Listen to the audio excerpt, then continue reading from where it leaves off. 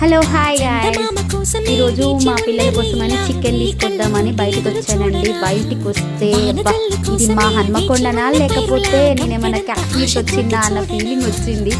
Road మీద అస్సలు రోడ్డే కనబడట్లేదండి.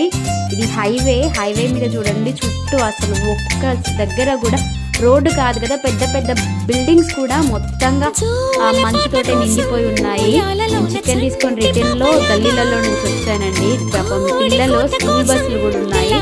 పిల్లల స్కూల్ బస్సులు కనిపిస్తలేవు, పిల్లలు కనబడట్లేరు. గల్లీ చూడండి గాయ్స్, ఈ గల్లీలో అయితే అసలు ముందు వస్తున్న వెహికల్స్ కనబడతలేదు. అంతా చూడండి ఎంత మంచు కప్పుకుపోయి ఉన్నదో.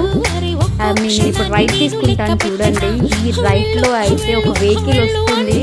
ఆ వెహికల్ నాకు అసలు కనబడట్లేదు, అది చూడండి లైట్ కనిపిస్తుంది.